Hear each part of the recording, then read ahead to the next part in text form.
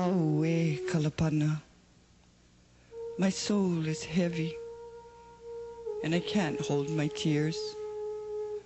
I close my eyes and I remember the heaven, the ocean, and the black sand. But mostly, I remember the people. And when I look again, I smile. A new beginning.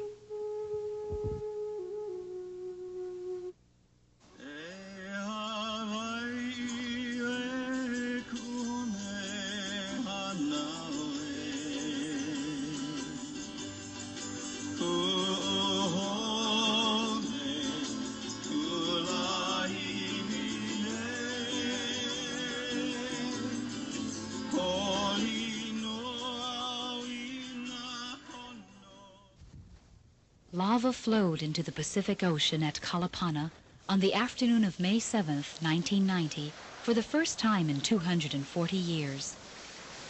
In human terms, this is 4 lifetimes, but not even the blink of an eye in Hawaii's geologic history. The town of Kalapana is situated on the southeastern coast of the Big Island, downslope from the East Rift Zone of Kilauea, the most active volcano in the world. Its destruction, then, was not totally unexpected. It was, in fact, more a question of when it would happen, for in the last 1,100 years, over 90% of the volcano's surface has been covered by lava.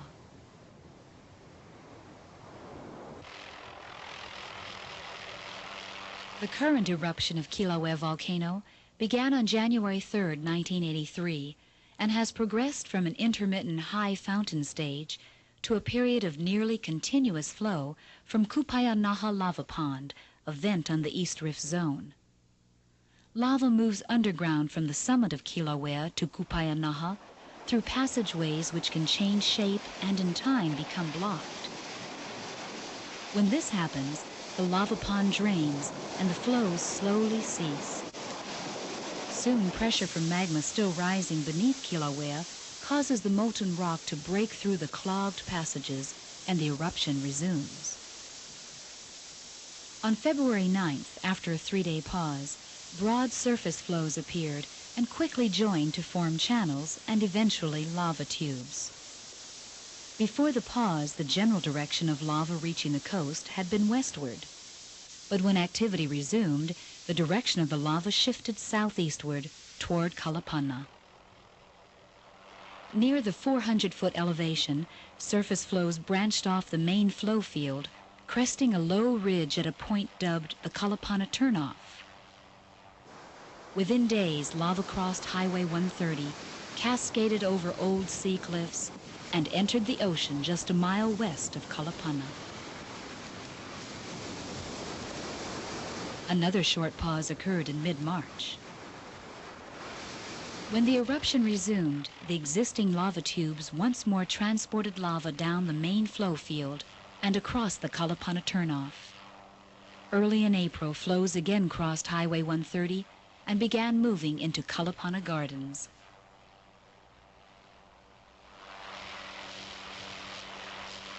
A small flow, less than 50 yards wide, crept down the western side of the subdivision, reaching the edge of the 1986 flow late in the afternoon of April 4th.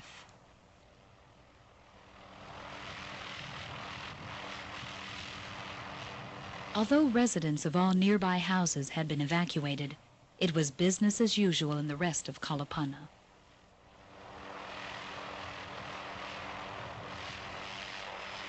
As the flow moved steadily forward, it seemed inevitable that the top 2 houses on Lokilani Street would be overrun. Somehow the flow bypassed both homes and crossed Lokilani Street near midnight. Methane gas explosions were common, and residents learned to avoid burning utility poles and flaming trees.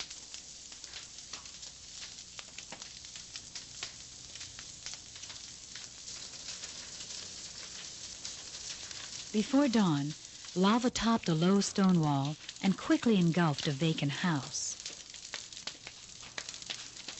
Within hours, the flow east of Lokilani had destroyed a second home. Ironically, the eruption at Kupayanaha had actually paused the previous day, and both houses were destroyed by lava draining out of the tube system. Along the south side of Kalapana, from Hakuma Point on the east to Highway 130 on the west, is a high ridge with near vertical cliffs. This ridge, called a horst by geologists, acts as a barrier, preventing lava from flowing directly south into the sea, channeling it instead toward the center of town. Though the eruption's pause lasted only a few days, it took more than a week for lava to reach Kalapana again. By April 19th, the destruction of homes at the western end of Kalapana Gardens had resumed. Until now, the flow into the subdivision appeared small, and many residents hoped it would stay that way as it advanced toward the sea. But slight topographic changes caused the flows to turn eastward, and the gravity of the situation began to intensify. Many residents dismantled or moved their homes, and soon all the house movers on the island were working round the clock. Matson Navigation Company offered the use of 20 shipping containers to assist evacuating residents. Local businesses provided boxes, and Big Island Moving Company donated its services. The destruction of a community by lava is significantly different from the effects of other types of natural disasters. During floods, fires, or tsunamis, residents have little time in which to evacuate. The actual destruction occurs in hours, or at the most, days. And when it has passed, people can usually find the street on which they lived. They can see where their houses once stood, and even locate landmarks. Not so with lava flows. While lava can move as swiftly as other natural elements, it can also travel very slowly. Some Kalapana residents evacuated at the first sign of danger, but most stayed, hoping their homes would be spared. For them, the wait and the uncertainty was agonizing. Strong flows might head for a house only to stop a few yards away.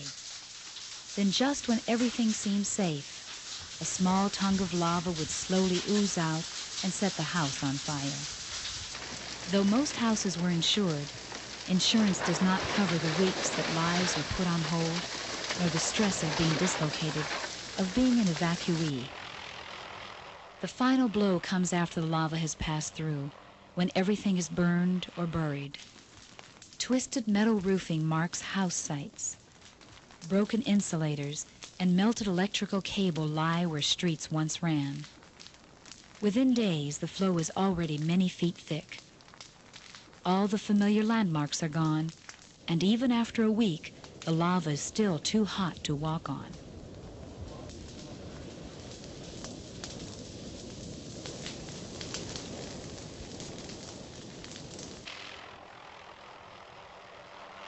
By April 26th, a broad front of lava had crossed Kalapana Avenue in the center of Kalapana Gardens.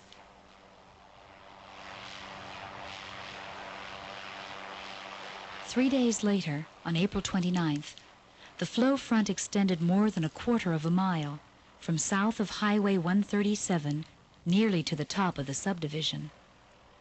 Civil Defense Director Harry Kim remarked that a glacier of lava was moving through the town. The progress of the lava was carefully monitored and mapped by scientists from the Hawaiian Volcano Observatory. Daily overflights in the county fire department helicopter confirmed ground observations and helped geologists and civil defense personnel predict the flow's next moves. Volcanic hazards were ever present, ranging from choking fumes produced by burning asphalt, telephone poles, and houses, to the threat of exploding propane tanks, cesspools, and fuel cans. In addition to dealing with volcanic hazards, evacuations, and curious sightseers, county officials and residents alike had to contend with the highly aggressive news media. Every reporter seemed to be pursuing the right interview, the next burning house, a better shot than the other guys, or a way to circumvent a barricade. New York and Kalapana met head-on at Walter's store.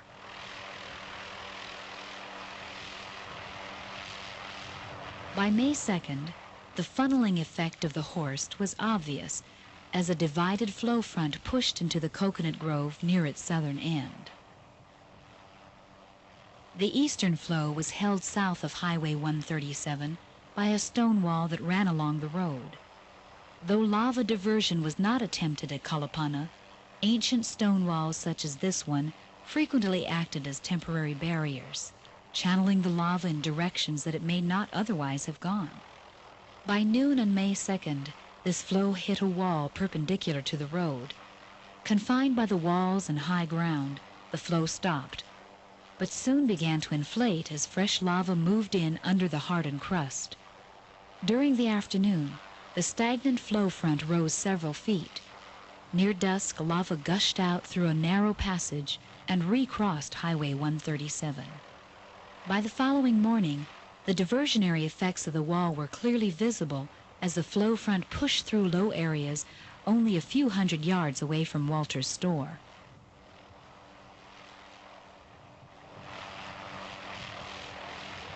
In the absence of the wall, the flow may have continued to move south of the road, eventually entering the ocean through the Keiki Pond, seen here at top right.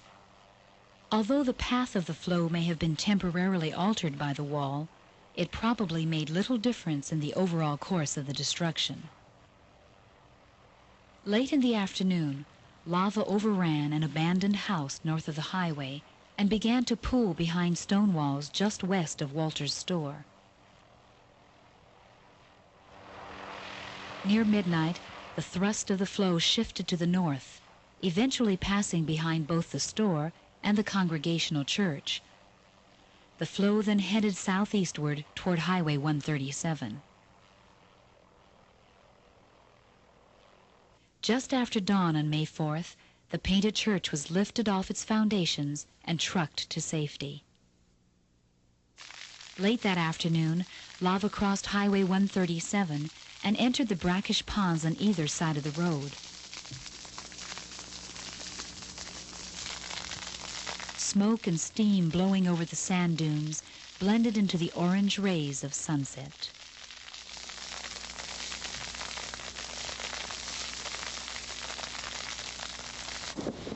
Dawn on May 5th found lava advancing through the pond south of the highway. Beneath floating mats of grass and reeds, muddy water boiled to the surface. North of the highway, the lava pushed steadily eastward toward Harry K. Brown Park.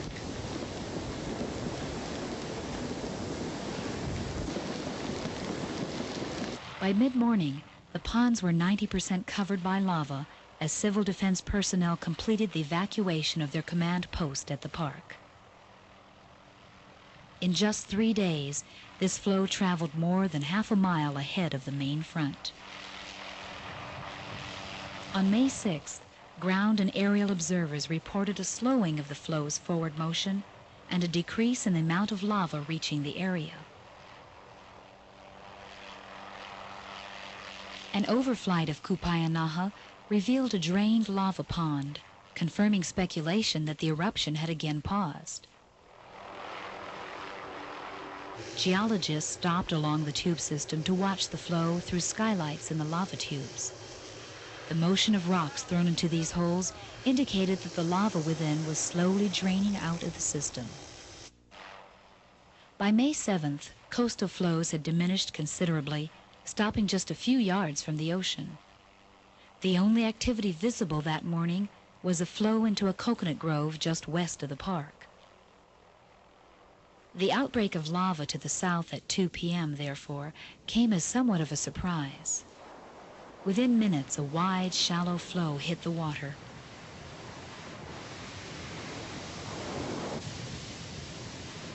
Over the next day and a half, lava drained into the area, eventually building about an acre of new land.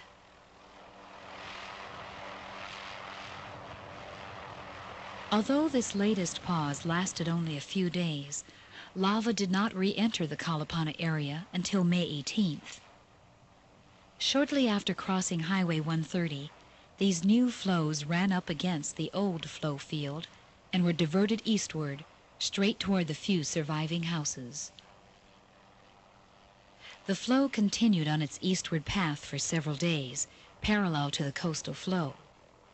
On May 28th, the eruption paused again, and scientists from the Hawaiian Volcano Observatory took the opportunity to land on Kupaianaha's inner rim. Lava was visible in the bottom of the vent, and within an hour flows broke out near the 1,900-foot elevation. Existing tubes quickly refilled, and by dusk, lava was spotted at the Kalapana turnoff.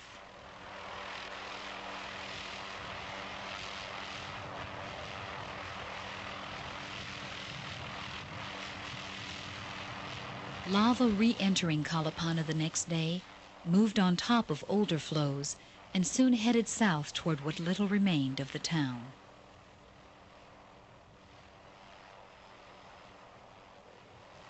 This is our last overview of what was once downtown Kalapana. On the night of June 1st, the Mauna Kea Congregational Church was destroyed, and lava swept across the site where the painted church once stood. The next morning, residents gathered at the shore as the flow advanced through the ironwood trees west of the canoe shed. By mid-morning, lava entered the tidal pools and within a few hours filled in the shallows.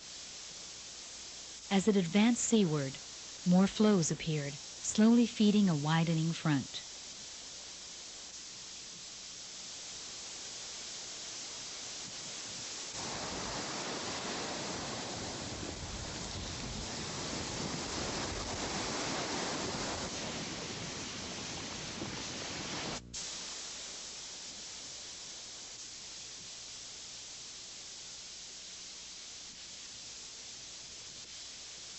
As darkness fell across Kalapana that Saturday night, lava encircled Walter's store. From the west, a flow advanced upon the canoe shed, where a farewell party was in progress. You guys know that? One, two, three.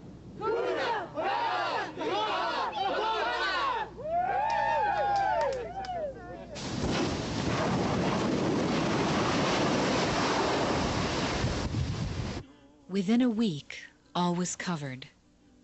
Walter's store, the canoe shed, the beach, half the park. Everything that was Kalapana as we knew it was gone, buried under many feet of lava.